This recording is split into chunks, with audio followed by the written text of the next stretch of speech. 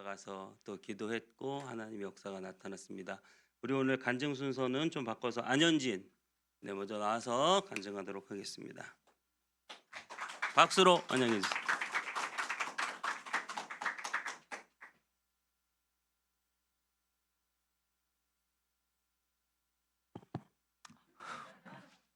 이런 거 한번 해보고 싶었어요. 제가 처음에 왜 네팔 선교를 갔냐면은 그냥 아무 생각 없이 그냥 딱 누워 있었는데 어머니 어디냐고 했더니 그냥 해외라고 해서 그냥 질질 끌려갔는데 솔직히 처음에는 조금 후회가 좀 많이 됐던 것 같아요. 숙소를 딱 가서 샤워기를 틀어보는데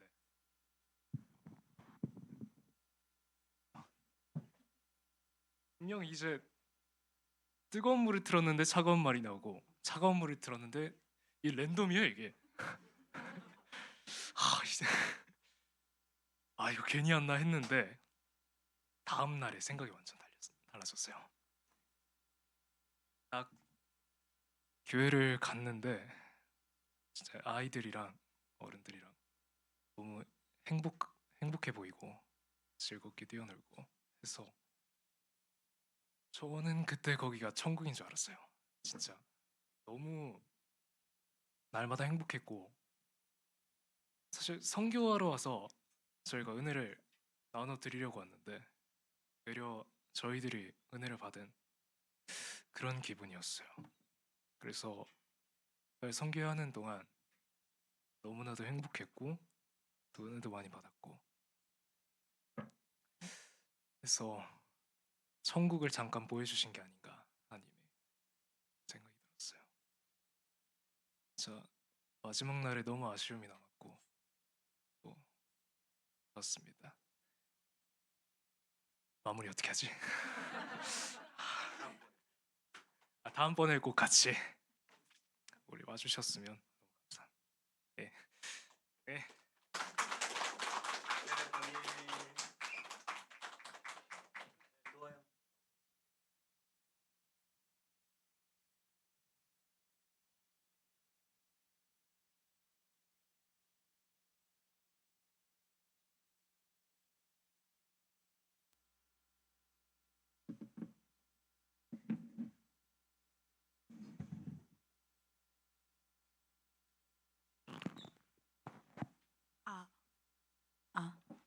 오, 너무 가까워.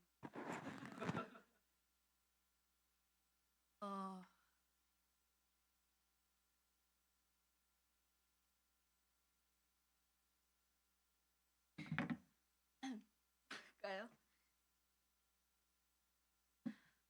저는 네팔을 가게 된 이유가 그냥 엄마가 같이 가자 해서 그렇게 가게 되었는데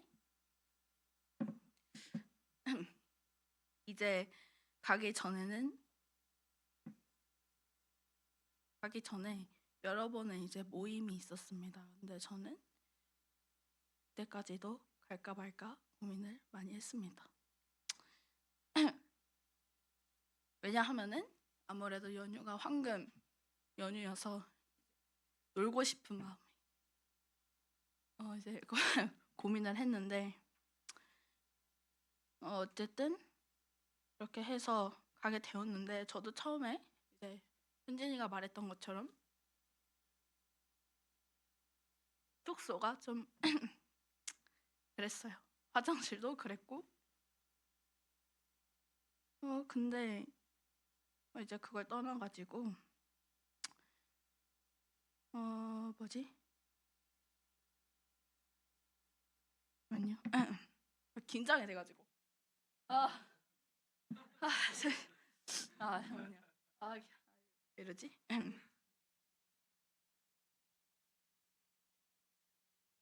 그래서 이제 저는 그 선교 고민을 했던 이유가 이제 저는 그 선교라는 거 자체가 그 하나님의 사랑을 전하고 뭐 기도를 하고 약간 그래가지고 어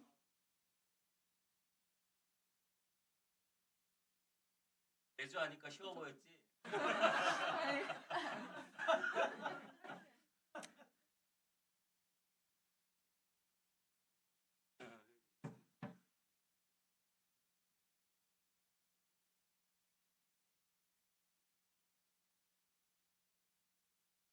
공풍기 좀 꺼주세요. 뒤돌아서 얘기를 하고 싶네요. 아유.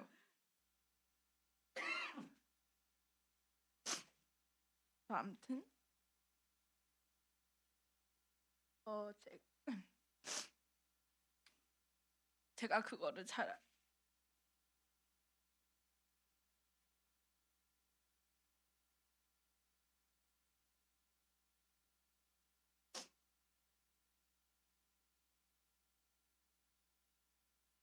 잠시만요. 어떡해.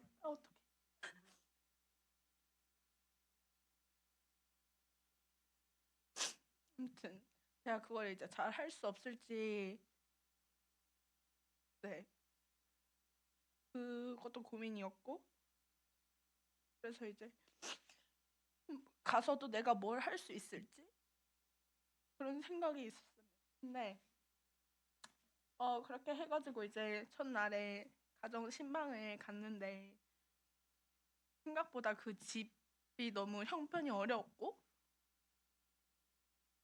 또 그 분들의 이제 어부아 분들의 그 가정 환경도 되게 안 좋았어요. 그래서 이제 근데 그런 와중에 이제 아까 그 영상에서 보셨다시피 약간 찬양도 되게 약간 우리랑 다르고 되게 신나고 활발하게 부르시고 그래가지고 감동이 있었고 그거에 또 그분들이 이제 저희를 위해서 간식을 주셨는데 거기서 되게 풍성하게 주셔가지고 약간 그것이 하나님의 사랑인가? 어,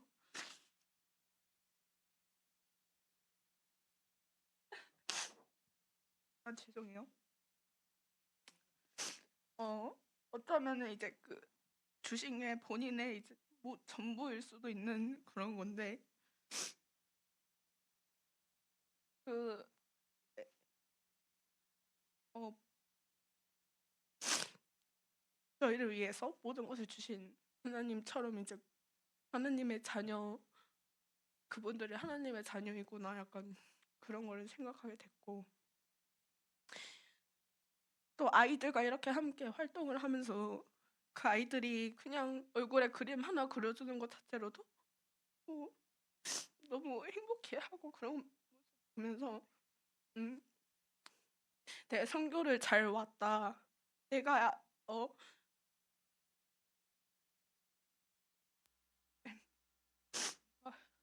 내가 가서 도대체 뭘 할 수 있을까 그런 고민을 했지만 어쨌든 그 아이들을 행복하게 해줬다는 그런 마음에 이게 하나님은 누구든지 사용하시고 그러니까 어디서든지 쓰임이 있게 하시는구나 약간 그런 거를 이제 느끼게 됐고 이제 거기서 인달리니 교회에서 예배를 드리는데 우리는 이렇게 악기도 좋고 거기는 진짜 드럼 하나밖에 없었는데 되게 열심히 이렇게 막 풍만하고 약간 그런 찬양을 풍성하게 드려가지고 이게 진정한 예배구나. 솔직히 여기 한국에서는 그런 예배를 드릴 수 없다는 거를 이제 저도 이제 옛날부터 교회 다니면서 한 번도 보지 못한 그런 예배였고 너무 열정적으로 그 하나님의 찬양을 드리는 모습에서 거기서 또 이제 많이 감동을 받았습니다.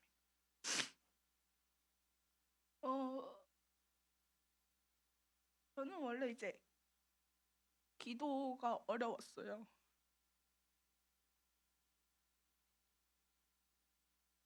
근데 뭔가 거기를 가서 되게 기도하는 방법을 깨닫게 된 것 같아요. 뭔가 그 아까 보셨듯이 귀신 들린 자매를 위해서 되게 열심히 기도하고 네 그랬는데 이제 사원도 갔다 오고 약간 그런 처음 보는 저도 이제 귀신 들린 사람 처음 보니까 처음 보는 그런 상황에서 약간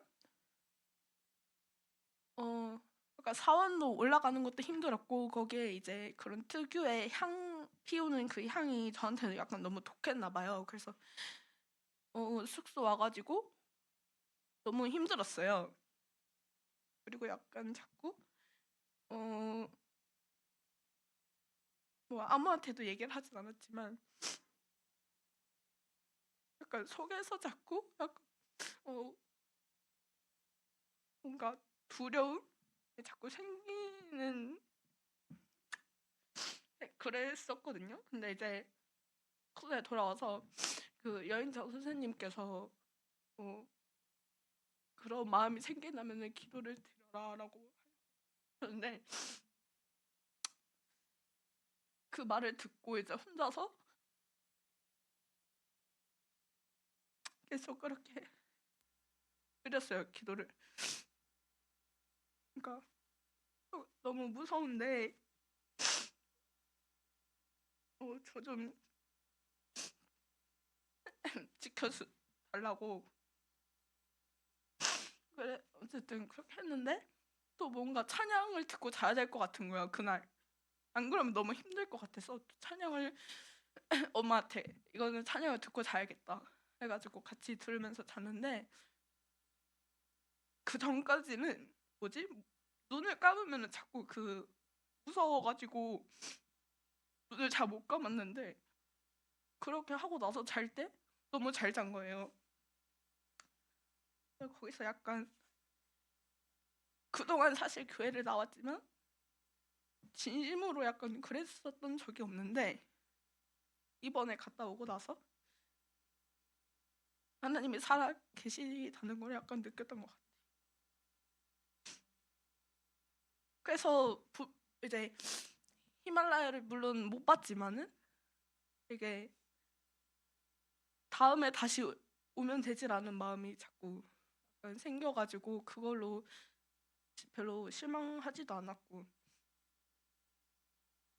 그냥 저는 이제 20대 후반을 가는데 아이들이랑 놀면서 약간 다시 10대로 돌아가는 것 같은 느낌도 받았고 너무 좋았고 네. 그래가지고 이제 뭐 그 과정에서 아프기도 하고 그랬지만은 무사하게 이렇게 모두 다 한국에 와가지고 잘 왔고 저는 그래서 이제 학생 자녀가 있으신 분들이 많잖아요. 그래서 그런 자녀들이 선교를 갔다 왔으면 좋겠다고 생각이 많이 들었던 게 보통 이제 자녀들은 저는 그랬어요. 저는 그냥 엄마 오니까 오고 그냥 멍 때리다가 집에 갔어요. 근데 그게 선교를 갔다 오니까 진짜 약간 느끼는 게 많고 그냥 그때부터 학생 때부터 갔다 오는 왔으면 만약에 제가 쭉 그런 삶을 살지 않았을까 좀 일찍 갔다 올걸? 약간 그런 생각도 많이 들었고 그래서 이제 여기 있는 청소년들이 다음 기회에 한번 된다면은 이렇게 같이 갔으면 좋겠습니다. 고민하고 계신 분들이나 네 그런 분들은 다음 기회에 또 갔으면 좋겠는 마음이 네, 있습니다.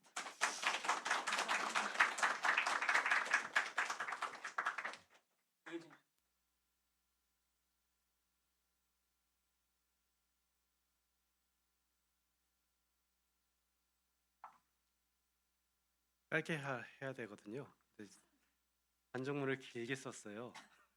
이거 다 하면 설교 목사님 못 하시거든요.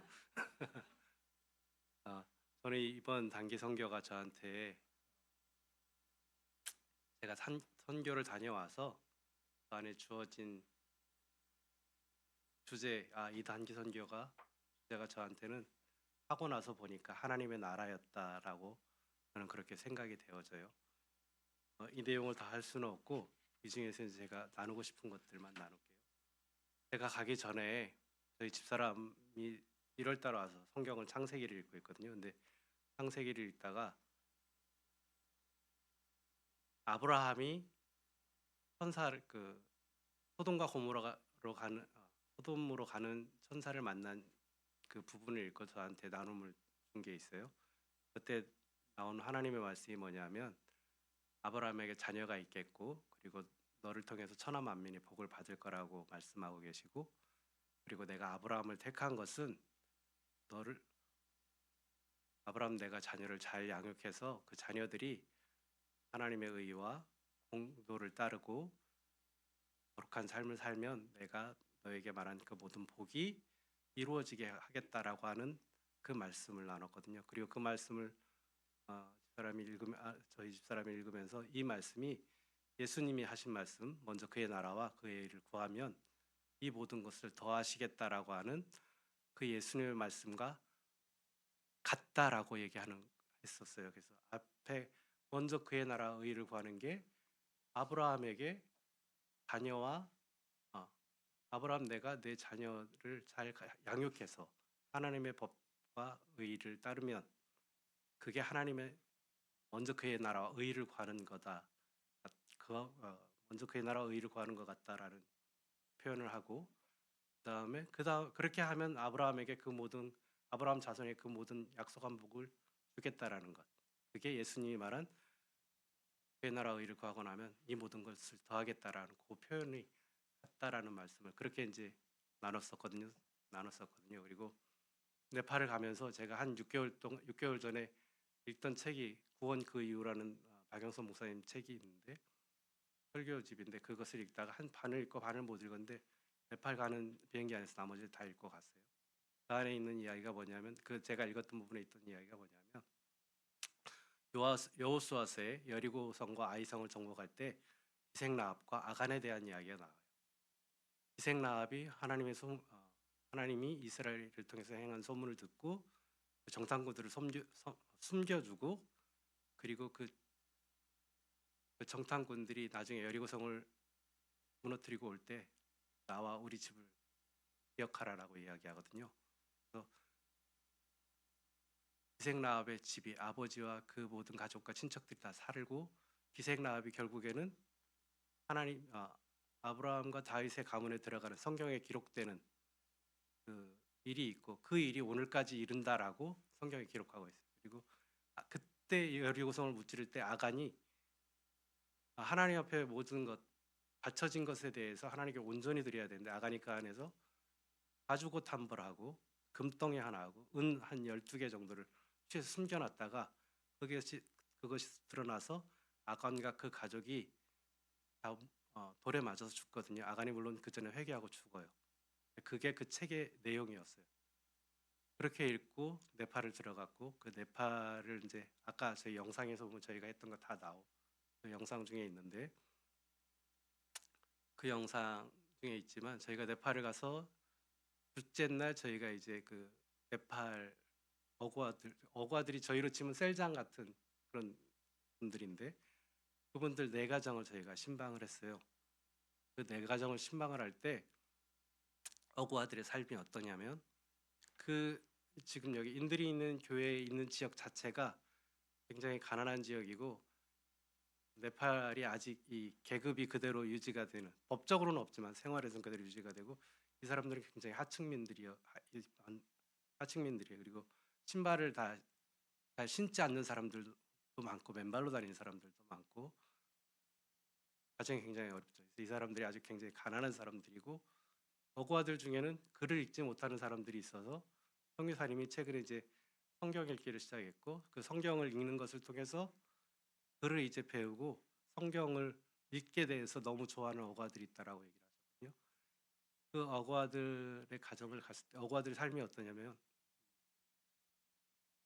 남편이 돈을 벌러 해외로 나갔고 그리고 그 해외 나가서 거기서 다른 여자와 살고 있고 그런데도 불구하고 그 가정을 지키면서 농사일을 하고 시부모를 모시고 자녀들을 양육한 어고아가 있어요. 근데 그 시모가 며느리가 이제 교회 다니는 것을 못 당해서 굉장히 핍박하는 그 집이 저희가 첫 번째 방문했던 집이에요. 그분이 그래도 모르시는 분이고 그런 분이 있는가 하면 이제 남편이 중동에 나가서 돈을 벌어와서 집을 짓고 있는데 돈이 부족해서 아직 집을 다 짓지 못하고 저희가 2층에서 예배했는데 그 2층에 그냥 안에서 보면 벽돌만 되어 있고 안에 이렇게 시멘트로 안에 마무리가 안 된 상태의 집이에요.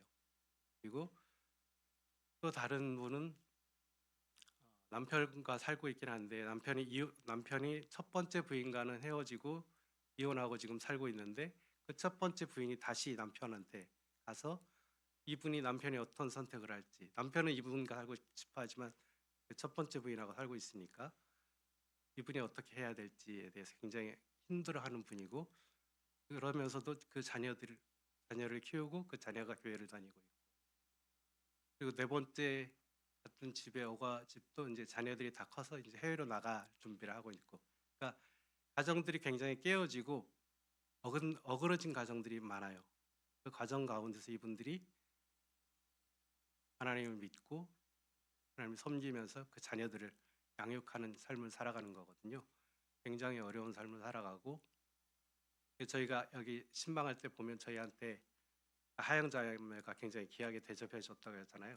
그 대접이 뭐냐면 삶은 계란 2개 그리고 저희로 치면 이제 새우칩 요새 과자 이렇게 튀겨서 나오는 거 있잖아요. 옛날 어른들 생각하면 한과 말린 거 이렇게 튀기면 하얗게 부풀죠. 그거 같은 거 거기에 밭에서 이제 뽑아온 무, 당근, 오이를 썰어서 저희한테 대접을 해줬어요. 그 대접을 저희가 받았고 그 대접을 받고 그를 받을 때 어떤 느낌이었냐면 아까 제가 저희 집사람하고 나눴던 아브라함의 이야기를 했잖아요. 아브라함이 그 하나님의 사람들 처음에 상수리나무 아래 있을 때 그들이 지나갈 때 송아지를 잡아서 그들을 아주 극진히 대접하거든요. 그래서 하나님이 아브라함에게 그 약속의 말씀들을 해줬던 거예요. 그게 제 안에 생각이 났어요. 이분들이 대접하는 게 아브라함이 천사를 대접하는 것보다 더 극진하게 우리를 대접하고 있다. 선교사님이 저희한테 무슨 이야기를 했었냐면 이분들이 굉장히 가난해서 저희를 대접할 게 아무것도 없는데 또 자기들이 정말 힘써서 대접한 거고 선교사님이 좀 도움을 줄까 싶어서 돈으로 조금이라도 도와주고 싶었는데 이분 어고아들이 거절했다고 그랬어요. 우리 집에 오는 귀한 손님인데 우리가 정말 마음을 다해서 대접을 하고 싶다고 그런 말을 했고 그 거절하고 그 정도 우리가 정말 기쁘게 할 수 있다라고. 그래서 한 게 그거예요. 그래서 정말 계란 2개 작은 거잖아요. 그거 하고 그건데도 그 마음이 느껴졌어요. 그 마음이 그대로 전달이 돼서 이분들이 정말 우리를 정말 하나님의 귀한 사자로 하나님의 사람으로 이렇게 맞이하고 섬기는구나 하는 마음이 들었어요.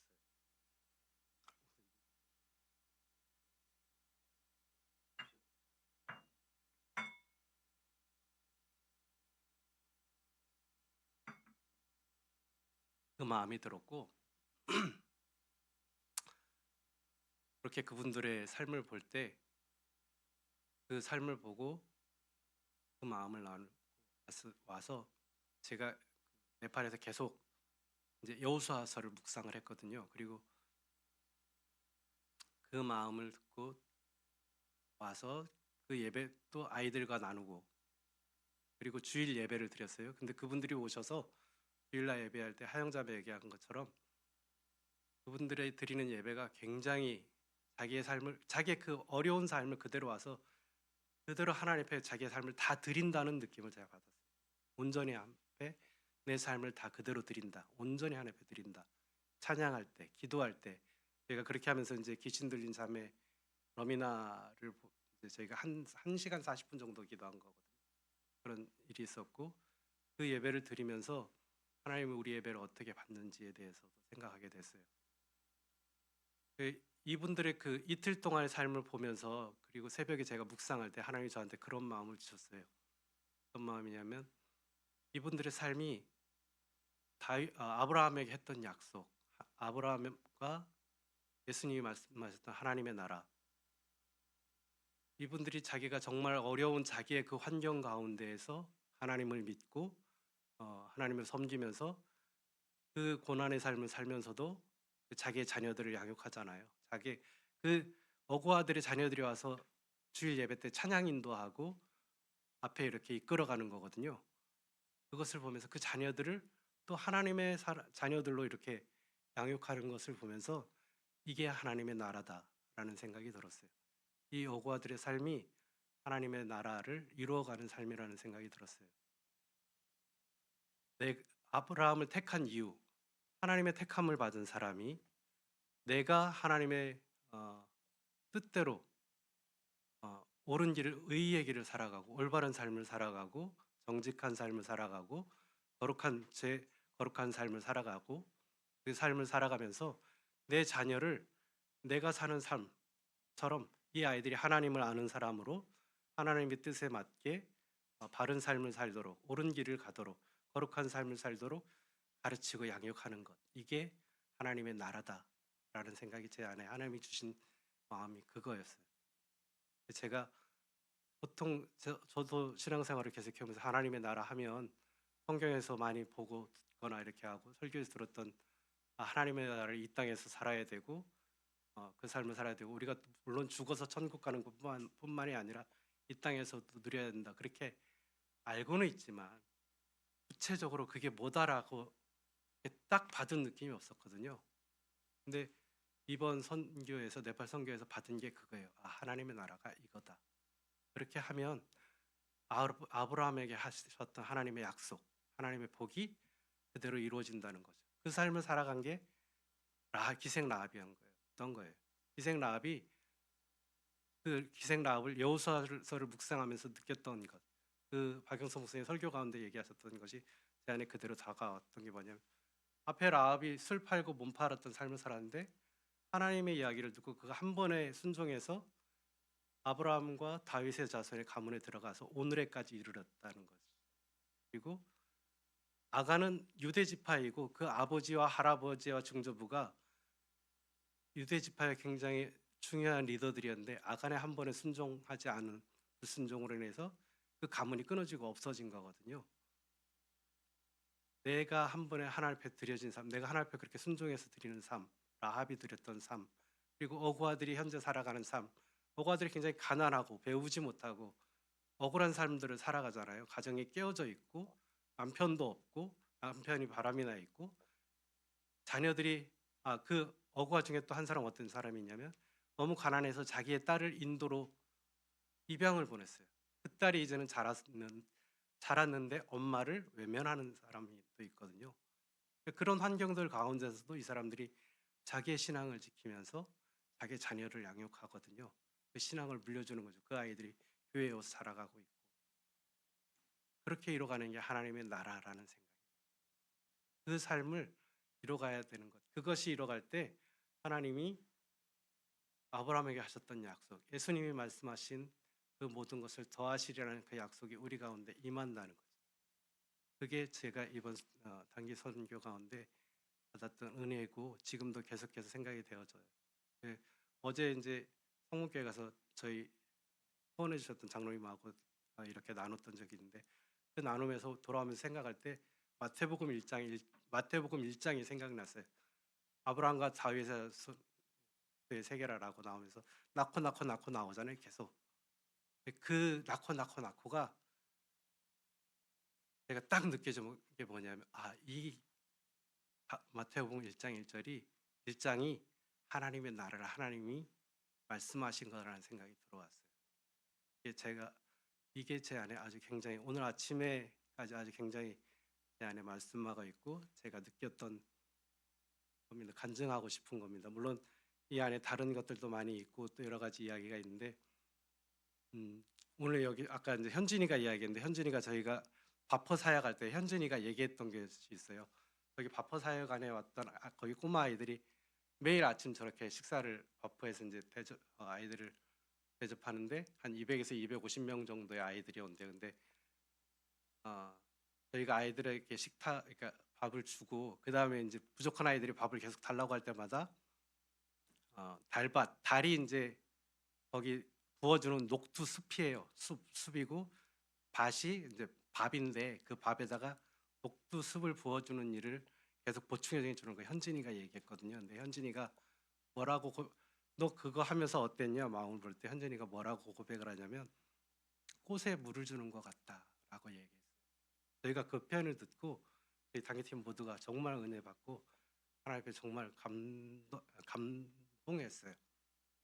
그것처럼 우리가 아이들한테 그렇게 계속해서 공급해 주는 일, 그리고 내가 그 삶을 하나님의 나라를 내가 살아야 되고 하나님의 나라를 아이들한테 그렇게 물려줘야 된다는 생각을 들었어요. 우리가 아이들한테 스펙이나 아니면 성공이나 아니면 좋은 우리가 갖고 있는 재산을 물려주는 게 아니라 우리가 하나님의 나라를 내가 어떻게 물려줘야 되는 건지, 내가 어떤 삶을 살고 어떻게 물려줘야 되는 건지, 그것에 대한 은혜가 제 안에 있고 이것을 간증하고 싶고 여러분들도 그렇게 사셨으면 좋겠어요. 저도 단기 선교를 여러 차례 다녀왔고 계속 리더로서 다녀와서 계속 팀 전체를 보고 그 아이들이 계속해서 이렇게 집중해서 봐야 돼서 제 안에 행하시는 하나님에 대해서 깊이 있게 느낄 때가 많지는 않았거든요. 여러 번 있었지만 이번 선교회는 저는 따라가기만 하면 되니까 목사님들이 계시고 하니까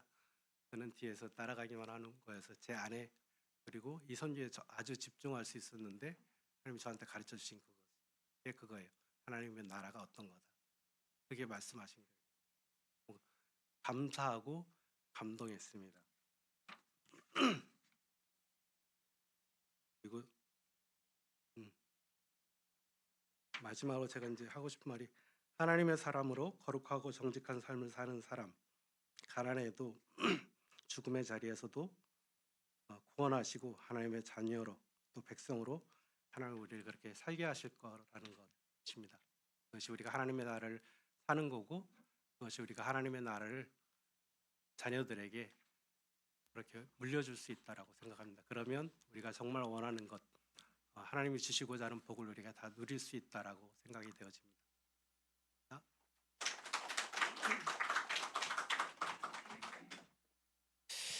네, 감사합니다. 우리 조금 오늘 늦게 끝나도 괜찮겠죠? 우리 영희창 집사님이 그런 말씀하셨어요. 자녀들을 정말 잘 키우셨거든요. 그러니까 세상적으로 뭐 그런 것도 그런 거지만 세상적으로도 굉장히 괜찮아요. 근데 굉장히 믿음과 인격에서 잘 키우셔서 어떻게 그렇게 잘 키우셨냐 그랬더니 저는 한 거 없고요. 그냥 매년 선교를 데리고 갔어요. 여러분, 하나님의 나라를 자녀들에게 물려주기 위해서 약간 그런 결론에 이르는 것 같아요. 한국은 좀 한계가 있겠구나. 이 대한민국 땅에서 저희 아들 딸들이 느끼고 보는 건 한계가 있고 정말 이 선교 현장을 다녀왔을 때 그 엄청난 변화, 충격, 경험, 새로움 이것들이 있기 때문에 다음번 갈 때 꼭 여러분의 자녀들과 함께 선교에 동참하면 하나님의 놀라운 일들이 나타나게 될 줄 믿습니다. 자, 요나서 4장 1절부터 11절입니다.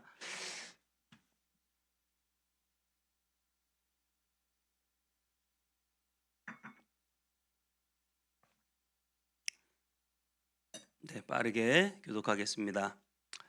요나가 매우 싫어하고 성내며 여호와께 기도하여 이르되 여호와여 내가 고국에 있을 때에 이러하겠다고 말씀하지 아니하였나이까? 그러므로 내가 빨리 다시스로 도망하셨사오니 주께서는 은혜로우시며 자비로우시며 노하기를 더디하시며 이내가 크시사 뜻을 돌이켜 재앙을 내리지 아니하시는 하나님이신 줄을 내가 알았음이니이다.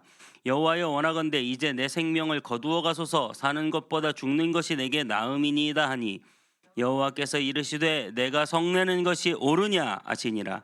요나가 성읍에서 나가서 그 성읍 동쪽에 앉아 거기서 자기를 위하여 초막을 짓고 그 성읍에 무슨 일이 일어나는가를 보려고 그 그늘 아래 앉았더라.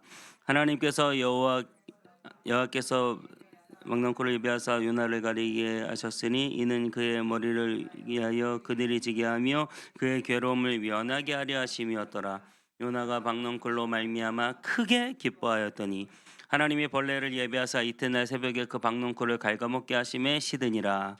해가 뜰 때에 하나님이 뜨거운 동풍을 예비하셨고 해는 요나의 머리에 쪼임에 요나가 혼미하여 스스로 죽기를 구하여 이르되 사는 것보다 죽는 것이 내게 나으니이다 하니라. 하나님이 요나에게 이르시되 내가 이 박넝쿨로 말미암아 성내는 것이 어찌 옳으냐 하시니 그가 대답하되 내가 성내어 죽기까지 할지라도 옳으니이다 하니라. 여호와께서 이르시되 내가 수고도 아니하였고 재배도 아니하였고 하룻밤에 났다가 하룻밤에 말라버린 이 박넝쿨을 아꼈거든. 나가지 읽겠습니다. 하물며 이 큰 성읍 니느웨에는 좌우를 분별하지 못하는 자가 12만여 명이요 가축도 많이 있나니 내가 어찌 아끼지 아니하겠느냐 하시니라.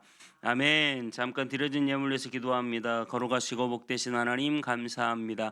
모든 것이 주님의 것입니다. 주님께로 말미암고 주께로 돌아갈 것입니다. 하나님, 우리가 귀한 물질을 주님께 드리오니 우리의 마음과 정성을 받으시고 특별히 삶에 필요한 모든 것들을 공급하여 주시옵시고 그 위에 믿음의 믿음을 더하여 주시고 이 시간 우리가 잠깐 말씀을 나눌 때 하나님의 풍성한 은혜가 넘치게 하여 주옵소서. 예수님의 이름으로 기도하옵나이다. 아멘. 나마스테. 이게 이제 안녕하세요 인사입니다. 자, 해볼까요? 나마스테. 네, 이게 인사입니다. 제가 오늘 약간 네팔 사람처럼 옷을 입었죠? 네, 설교를 위해서 특별히 샀습니다. 아, 이걸 입고 설교를 해야 되겠다 이런 생각을 하고 샀는데요. 제가 선교를 다녀와서 느낀 것, 한국이 좋구나. 할렐루야. 너무 좋은 나라에 사시는 거예요. 믿으시기 바랍니다. 한국이 너무 좋다. 그러면서 또 하나는 그래도 선교가 너무 행복하다. 선교를 다녀와서 TV를 보는데 요즘 TV에요 해외여행 홈쇼핑 엄청 많아요. 보셨어요? 네, 홈쇼핑 아예 지우고 사세요? 네, 그게 지혜로울 거예요. 네, 저는 방법을 몰라가지고 채널을 돌릴 때마다 중간에 홈쇼핑이 딱딱 나오는데 여기는 뭐 이탈리아, 그 다음에는 영국, 그 다음에는 동남아시아 막 여행지가 막 계속 나오고 막 싹 가격도 뭐 엄청 싸게 막 다 뭐 특급 호텔 5성급 특급 호텔에 뭐 아시아나 뭐 항공 직항으로 뭐 그러면서 뭐 루브르 박물관 뭐 대형 박물관 뭐 좋은 데는 다 보여준대요.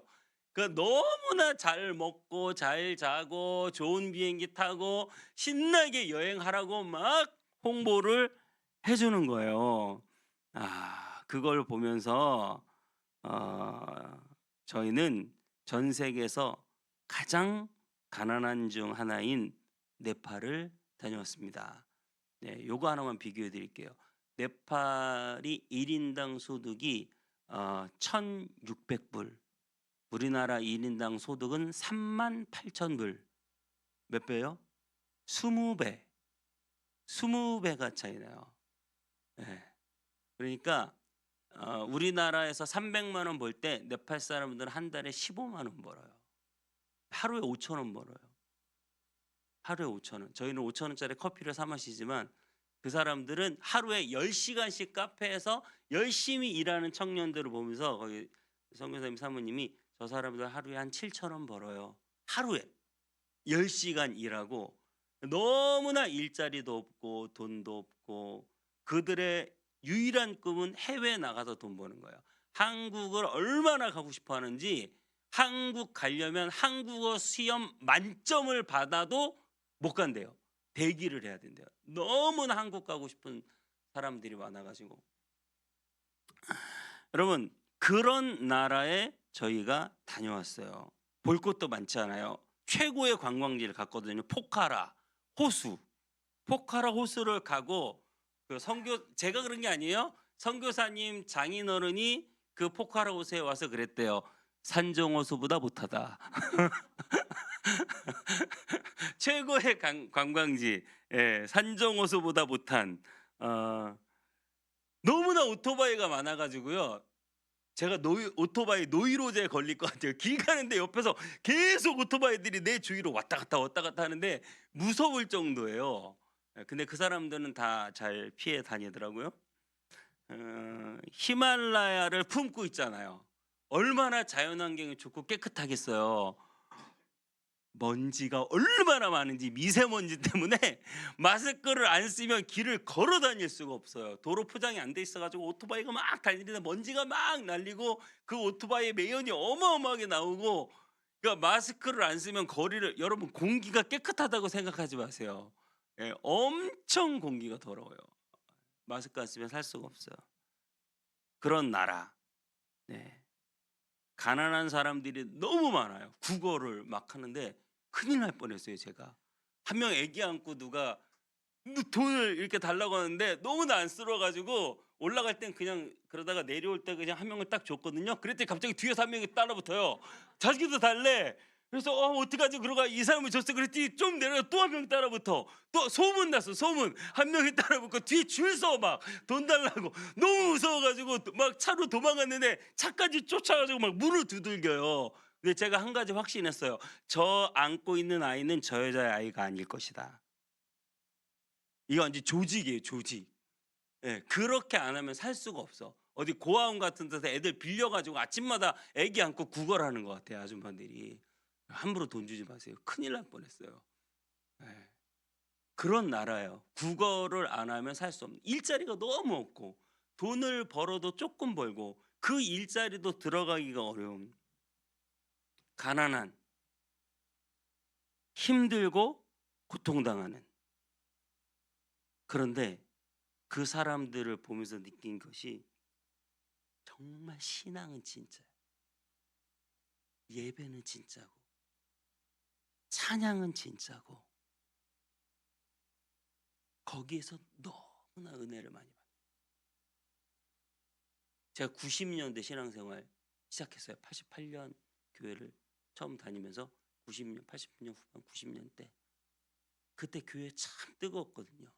근데 그전엔 더 뜨거웠겠지. 70년대 막 남편들 사우디 보내고 막 그 허름한 막 물 떨어지는 방에 살면서 매일 교회 나와서 처리하고 기도하고 그거를 우리 애들은 지금 모르잖아요.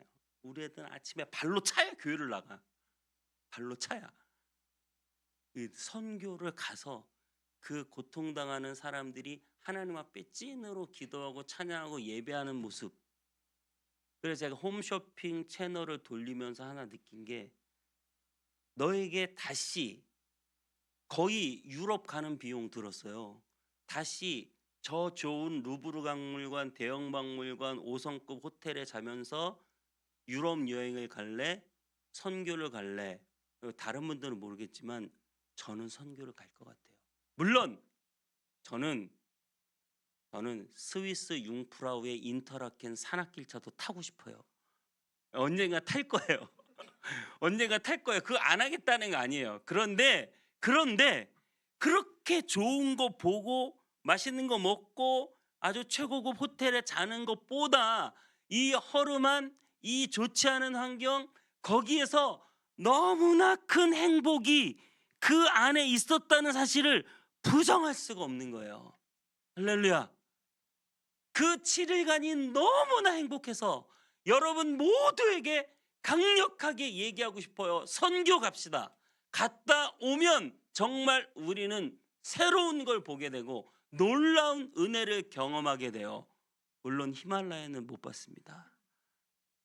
그렇게 멋있다는데 못 봤으니까 감동이 없잖아. 근데 마지막 그 비행기에 올라갔는데 구름 위로 히말라야 봉우리가 쫙 펼쳐져 있는데 우리가 우와 그랬는데 하나님의 은혜가 얼마나 놀랍냐면 우리가 모두 다 비행기의 왼쪽 측면에 앉았어요. 근데 그 왼쪽으로 히말라야가 쫙, 할렐루야, 별로 안 놀래네. 하나님이 우리 팀을 다 왼쪽으로 쫙 앉게 하셨어요. 근데 히말라야를 못 봤거든. 근데 거기서 보면서 탄성을 지르고 옆에 히말라야 사람들은 그치 니들이 드디어 히말라야를 봤구나 이러면서 웃겠지만 저희는 너무나 놀래가지고 여러분 8,000m 지금 우리나라 한라산 백두산이 2,000m예요.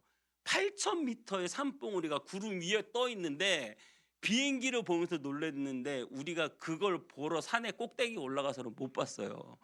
구름이 잔뜩 껴가지고.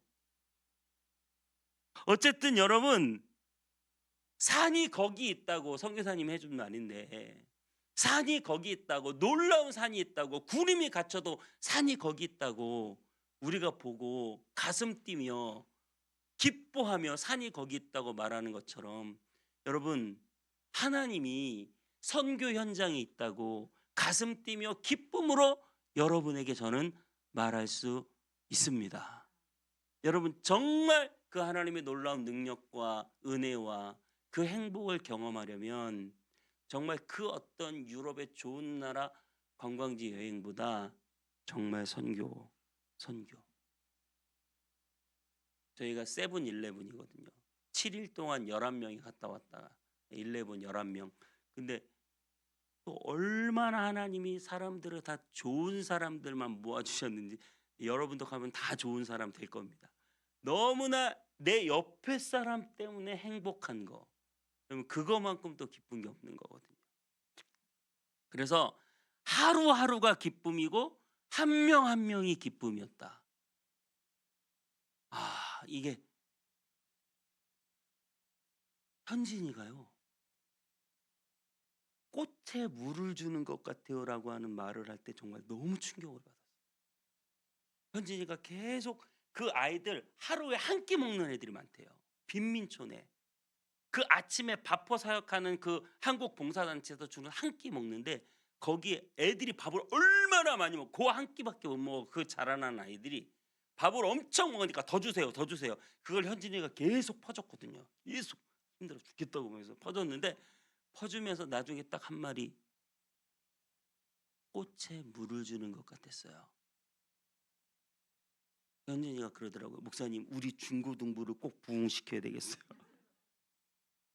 마음에 성령의 불이 생기면 복음을 전하고 싶은 거거든요. 이걸 한국에서 뭘로 다 해결이 안 되는 얘기예요. 선교 현장에 가서 그 아이들을 보고 그 예배를 경험하고 그 귀신 들린 사람을 붙잡고 기도하는 그 모습을 보면서 이 땅에 이기적이고 그저 육체적인 편안함만을 위해서 살아가는 우리네 모습을 반추해 보면서 그 네팔 땅을 바라보면서 하나님의 은혜와 하나님의 사랑을 기억하게 되는 거죠. 제가 네팔 이른 새벽 아침 일어나서 네팔 땅을 바라보면서 기도할 때 하나님이 딱 이 요나서 4장을 떠올리게 하셨어요. 너의 안식처는 무엇이냐? 요나는 니느웨 선교사거든요. 니느웨라는 아수르의 최대 국가, 당시 오리엔탈 그 동양 지역을 전부 다 점령했던 최강국, 12만 명이 사는 니느웨 성 수도, 그곳에 하나님이 선교를 보냈는데 너무나 선교가 가기 싫은 거예요. 왜냐하면 그 나라가 원수 국가거든요. 맨날 와가지고 이스라엘을 괴롭히고 공격하고 빼앗아가는 나라. 그래서 선교 가기 싫어가지고 도망가다가 하나님이 물고기한테 잡히게, 다 아시죠? 물고기 바다에 던져가지고 풍랑 만나서 바다에 던져서 물고기에 먹히고, 그러고 나서 다시 토해져가지고 하나님이 또 요나한테 니느웨로 가라. 그래서 어쩔 수 없이 니느웨 가서 전도하는 척 한 2, 3일 한 3일을 돌아야 되는데 하루 반 만에 휙휙휙 대충 전도하는 척하고 이제 이렇게 니느웨 언덕에서 아래를 내려보면서 니느웨 사람들이 변화되나 안 변화되나. 근데 니느웨 사람들이 회개하기 시작하고, 그러니까 요나가 회개하니까 감사한 게 아니라 회개하니까 뿔딱지가 났어요. 화가 났어. 하나님한테. 내 이럴 줄 알았어. 내가 그래서 전도 안 하러 간다고 했잖아. 전도했더니 사람들이 다 회개하고 이제는 구원받게 생겼네. 그래서 4장 1절에 요나가 매우 싫어하고 성냈다. 이 말은 니느웨가 회개하는 게 너무나 싫었던 거예요. 그러면서 2절에 내가 다시스로 도망했는데 이럴 줄 알았다 그러면서 주께서는 은혜로우시고 자비로우시고 노하기를 더디하시고 이내가 크셔가지고 재앙을 내리지 않니. 그냥 저 니느웨에 재앙을 내려버려야 되는데 재앙은 안 내리고 니느웨를 살려준다고 하니까 내가 속이 상해가지고 못 살겠다. 이게 뭐예요? 지금 요나는 무슨 관점으로 니느웨를 바라보는 거예요? 하나님의 구원과 하나님의 나라와 사랑의 관점으로 바라보는 거예요? 정치적인 관점으로 바라보는 거죠. 나를 괴롭힌 저 나라는 망해야 된다. 저는 이걸 묵상하면서 한국에 돌아왔는데 너무나 듣기 싫은 것들이 있어요. 그게 뭐냐면 뉴스예요. 뉴스의 90%가 무슨 정치 얘기인데, 아니 무슨, 좀 죄송합니다. 교회가 왜 그렇게 정치를, 다 목사들이고 기도해야 한다고 그러고 다 정치 얘기인 거야. 죽여라 살려라. 근데 그 뉴스를 보기가 너무나 싫은 거야. 하나님, 네팔에 저렇게 죽어가는 사람들이 많이 있고 이 땅에 이렇게 하나님의 교회가 무너지고 수많은 사람들이 하나님을 떠나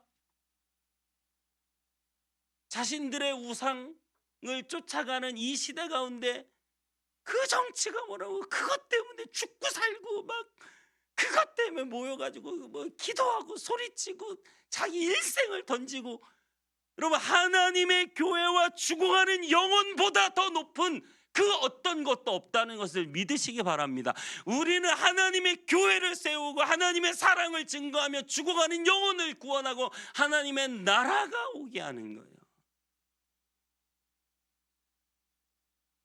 요나가 그걸 깨닫지 못했을 때 니느웨가 회개하는 게 너무 속상한데 하나님이 박농콘 하나를 딱 보내셨어요. 네팔에서는요, 여러분 네팔 엄청 추울 줄 아시죠? 네팔 봄이에요, 여러분. 저희는 하루에 봄, 여름, 겨울을 다 경험했어요. 네팔 갔더니 15도 전후야. 너무 따뜻해. 이 티 하나 입고 돌아다녔어요. 싱가포르에 경유했더니 거기 27도야. 여름이야. 한국 왔는데 눈이 펄펄 내리고 있어. 한국만 겨울이에요. 네팔 엄청 따뜻해요. 근데 네팔도요, 그늘로 들어가면 추워요. 제가 작년 성지순례 터키 그리스 갔을 때 영하 40도, 영상 40도, 42도, 너무 더워가지고 뉴스에 나오더라고. 그리스가 너무 덥다고 한국 뉴스에 나와요. 근데 여러분 그늘로 딱 들어가면 시원해. 건조한 지역은요, 그늘로 들어가면 20도로 떨어뜨려요. 그러니까 박농쿨을 딱 위에, 이 니느웨 거의 사막 같은 지역인데 박농쿨이 딱 위에 씌우니까 너무나 시원한 거. 너무나 아싸 시원하다, 너무 좋다. 지가 키우지도 않고 그냥 자기 머리에 자연적으로 생긴 박농쿨 때문에 너무 좋아했어요. 그런데 하나님이 하룻밤 사이에 벌레를 보내가지고 박농쿨을 싹 치워버렸어요. 그랬더니 또 화를 내는 거야, 박농쿨 때문에. 박농쿨이 하나님 어떻게 이러실 수가 있냐고, 내 머리에 지금 이 뜨거운 태양 내리시는 거 안 보이냐고. 박농쿨이 뭐라고. 그 나라 사람들은 우리가 가니까 손님을 정성스럽게 대접하겠다고 밭에서 물을 뽑아 오시더라고. 홍당물을 뽑아 오시고 그걸 썰어서 정말 최상의 대접을, 정말 그 야채 하나로 울고 우는, 그 시장에서 야채 파는 사람들 되게 많아요. 그런데 여기 박농쿨은 뭐냐면 결국 우리 인간을 편안하게 해주는 거거든요. 아까도 얘기했지만 최고급 호텔에 최고급 비행기를 타고 멋진 경관을 감상하며 인간을 편하게 해주는 그 박농쿨. 돈, 명예, 권세, 자녀 좋은 대학 가고 뭐 우리가 꿈꾸고 원하는 우리를 편안하게 해주는 그 박농쿨. 우린 다 그게 우상이거든요. 그게 있으면 살 것 같고 그게 없으면 죽을 것 같은데. 근데 하나님은 박농쿨이 문제가 아니라 뭐라고 말하세요? 10절 11절에 여호와께서 이르시되 내가 수고도 아니하였고 재배도 아니하였고 하룻밤에 났다가 하룻밤에 말라버린 이 박농쿨을 아꼈거든. 하물며 이 큰 성읍 니느웨에는 좌우를 분별하지 못하는 자가 12만 명이요 가축도 많이 있나니 내가 어찌 아끼지 아니하겠느냐. 우리는 늘 박농쿨을 아껴요. 돈, 명예, 권세, 내 정치적인 이익. 그 박농쿨 있으면 살 것 같고 없으면 죽을 것 같고.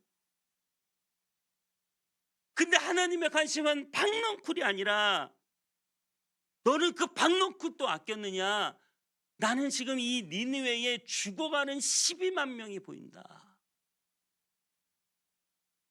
심지어 하나님은 그 가축들까지도, 네팔 가니까 진짜 가축들이 많더라고요. 그 가축들까지도 어찌 내가 아끼지 아니하겠느냐.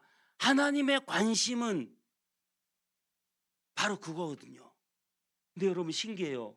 요나서는 이게 끝이에요. 신기하죠?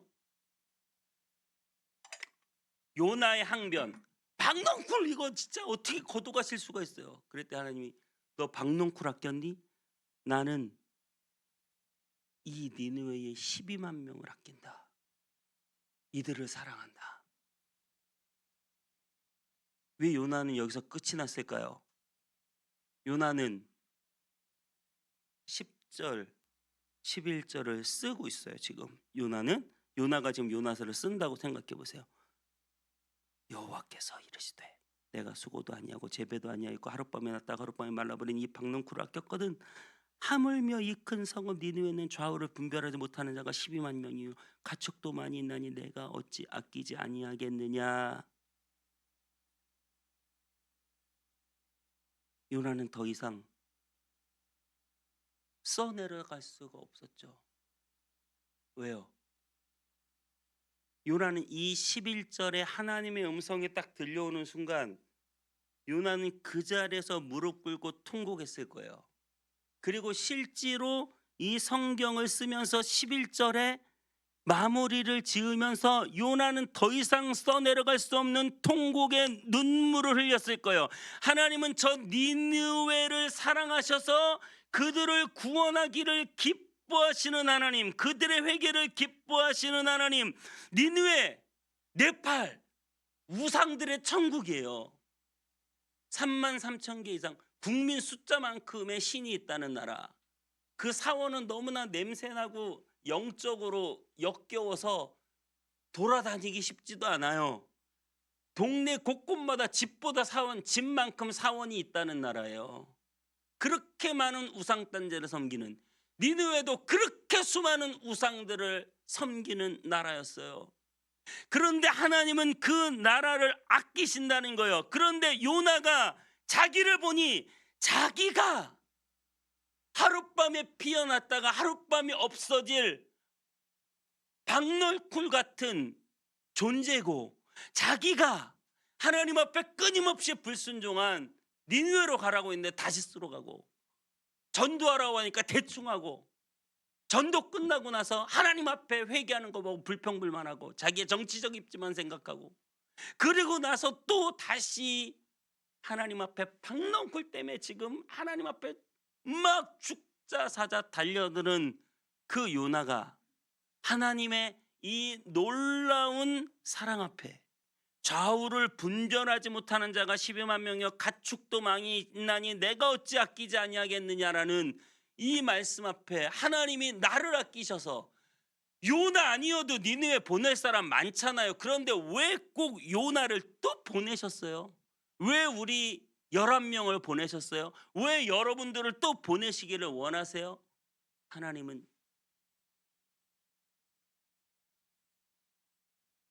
요나가 필요한 거예요. 하나님은 그 땅에 구원받을 백성들도 백성들인데, 하나님은 그 우리 11명이 네팔에 가서 선교 당하기를 원하시고 하나님의 그 사랑을 주는 게 아니라, 여러분, 그 땅에 돈은 없는데 그 땅에 하나님의 사랑이 훨씬 충만해요. 여기는 돈은 많은데 하나님의 사랑이 짠짠짠짠짠, 찰랑찰랑찰랑찰랑. 물이 어디서 흘러요? 높은 곳에서 낮은 곳으로. 우리같이 이렇게 낮고 찰랑찰랑하고 기도도 약하고 찬양도 약하고 하나님 사랑도 약하고 억지로 끌려가는 사람이 그 땅에 가서 그 넘치는 사랑의 물결 앞에 어떻게 될까요? 압도되는 거예요. 그냥 그 사랑을 우리가 받아가지고 하나님은요, 그 11명에게 주시고자 하는 사랑, 네팔에도 사랑이 필요하지만 그 11명이 하나님에겐 필요한 거죠. 우리 하영이가 필요하고 현진이가 필요하고 바울이가 필요하고, 나같이 사도 바울의 고백같이 만삭도 못 되어 난 정말 죄인 중에 괴수인 나 같은 자를 하나님이 사랑하시는 요나가, 저 니느웨를 사랑하시는 그 하나님이 하룻밤에 피다가 사라질, 우리 인생이 얼마나 빨리 사라질지 모르는 그런 금방 사라지는 나를 사랑하시고, 나를 사랑하셔서 자신의 독생자 예수 그리스도를 우리를 위하여 내어주신 이 놀라운, 내가 어찌 너희를 아끼지 아니하겠느냐라고 하는, 너희를 내가 어찌 사랑하지 아니하겠느냐라고 하는, 요나는 니느웨에게 말하고 있는 그 하나님이 마치 자기에게 말하고 있다고 생각하는 거죠. 그리고 그 하나님의 크신 사랑 앞에 자복하고 통곡할 수밖에 없는 거죠. 하나님은 네팔 사람들을 사랑하셨지만 하나님은 저희들을 사랑하셨어요. 우리가 변화되기를 원하셨어요. 하나님은 요나를 지금 변화시키고 있는 거예요. 니느웨만 변화시키는 게 아니라 요나를 변화시키고 있는 거예요. 박넝쿨에 울고 웃는 요나, 돈 몇 푼에 울고 웃는 우리, 이 땅의 육체적인 편안함이 다라고 생각하며 살아가는 우리의 이 얄팍한 마음 가운데 하나님의 놀라운 사랑을 부어주셔서 내가 얼마나 너희를 사랑하는지 너희는 아느냐. 너 인생은 하룻밤에 피었다가 지는 풀 같은 인생, 길어봐야 80, 90, 그렇게 살다가 죽으면 끝나는 인생. 하지만 내가 너희를 위하여 내 생명을 버리고 내가 너희같이 짧은 인생을 위하여 영원한 하나님의 나라를 예비하셨으니. 왜요? 내가 너희를 너무너무 아끼기 때문에. 니느웨를 아끼고 네팔을 아끼듯 우리를 아끼시는 하나님이신 줄 믿습니다.